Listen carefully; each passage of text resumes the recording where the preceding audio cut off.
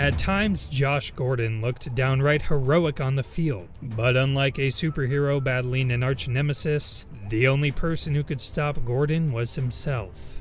It might be therapeutic for me to just talk about it. I'm in the position I'm in now. I'm grateful for it. I'm able to give this message and this opportunity for people to learn from my mistakes and for me to tell them my story. 1,646 receiving yards in just 14 games. The most dominant receiver in the NFL. A generational talent who could have been the greatest ever. Josh Gordon had it all, then lost everything. The real story behind his downfall will break your heart. Before we uncover the tragic truth behind one of football's biggest what-if stories, smash that subscribe button and hit the notification bell. We're diving deep into sports' most heartbreaking tales, and this one hit different. Today, we're revealing exactly what happened to Josh Gordon and why the most talented receiver of his generation threw it all away. Josh Gordon's story begins with pure, undeniable talent. At Baylor, he was a mismatch nightmare. 6'3", 225 pounds, with 4.5 speed and hands like glue. The Cleveland Browns saw a future superstar and selected him in the second round of the 2012 supplemental draft. What happened next was legendary. In 2013, Gordon put together one of the greatest receiving seasons in NFL history. Despite playing only 14 games and missing 2 due to suspension, he led the league with 1,646 receiving yards. That's 117.6 yards per game, with subpar quarterback play. Gordon's 2013 numbers were otherworldly. He had 9 games with 100-plus receiving yards, including 237 yards against Jacksonville. Pro Football Focus graded him as the best receiver in football. Calvin Johnson, in his prime, called Gordon the most talented receiver he'd ever seen. But even during his breakout season, warning signs appeared. Gordon was suspended for the first 2 games for violating the league's substance abuse policy. It was a preview of the chaos that would define his career. The 2013 season would be Gordon's only full campaign. What followed was a devastating cycle of suspensions, reinstatements, and relapses that would destroy one of the most promising careers in NFL history. Gordon's problems weren't just marijuana. They included alcohol, codeine, and other substances. He failed multiple drug tests, violated team policies, and struggled with addiction demons that football couldn't fix. The NFL's harsh substance abuse policy showed no mercy. After violating the policy again, Gordon was suspended indefinitely in February 2015. He missed the entire 2015 season, watching his prime years slip away. For a player whose career window was already narrow, this was devastating. During his suspensions, Gordon's personal life spiraled. He was arrested for DWI in 2014, struggled with depression, and battled addiction in rehabilitation facilities. The pressure of being an NFL star while fighting personal demons proved overwhelming. In 2016, the NFL finally reinstated Gordon. Despite missing nearly 2 full seasons, he immediately showed he hadn't lost his magic. In limited action, he averaged 18.4 yards per catch and reminded everyone why he was special.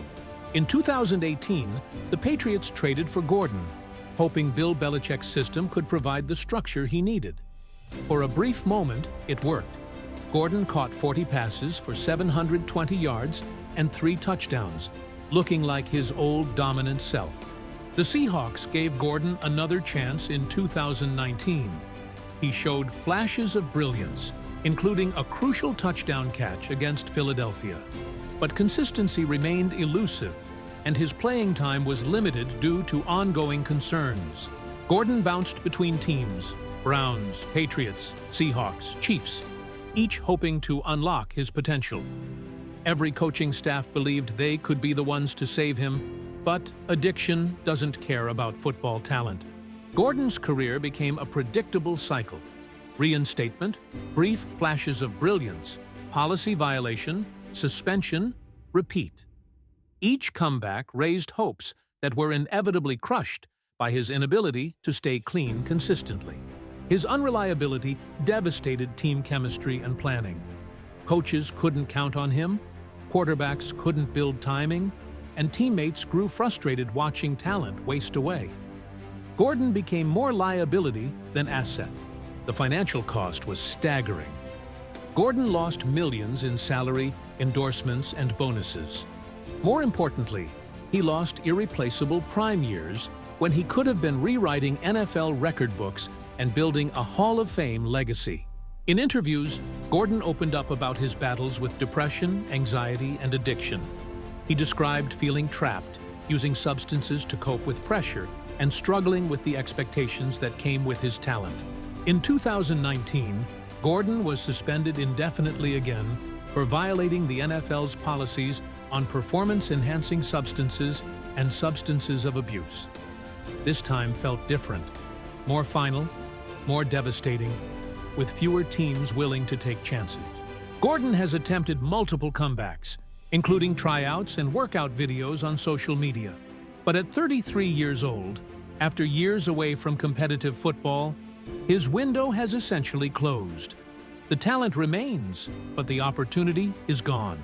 Recent interviews show a more mature Gordon, acknowledging his mistakes and focusing on personal growth. He's become an advocate for mental health awareness and addiction recovery, trying to help others avoid his path. Gordon's story represents one of the greatest wastes of talent in sports history. He had Calvin Johnson's size, Tyreek Hill's speed, and Randy Moss's hands. Instead of Hall of Fame debates, we're left wondering what could have been. Josh Gordon's story transcends football. It's a cautionary tale about addiction, mental health, and the pressures of professional sports. His struggles highlight the NFL's often inadequate support systems for players battling personal demons.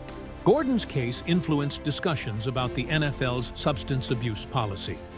Critics argued the league's punitive approach failed players who needed help, not punishment. His story became a catalyst for policy reform conversations. If Gordon had stayed healthy and clean, he could have been mentioned with Rice, Moss, and Owens as the greatest receivers ever. Instead, he's remembered as the most talented player to never reach his potential. Josh Gordon's story isn't over yet. While his NFL career may be finished, his journey toward personal redemption continues. His openness about mental health and addiction has helped countless people facing similar battles. Gordon's tragedy reminds us that talent alone isn't enough. Mental health, support systems, and personal accountability matter just as much. His story should inspire compassion, not judgment. If this analysis moved you, subscribe for more in-depth sports stories. Let me know in the comments. What's the saddest waste of talent you've seen in sports? Check out our other athlete struggle stories. And remember, behind every uniform is a human being fighting battles we can't see.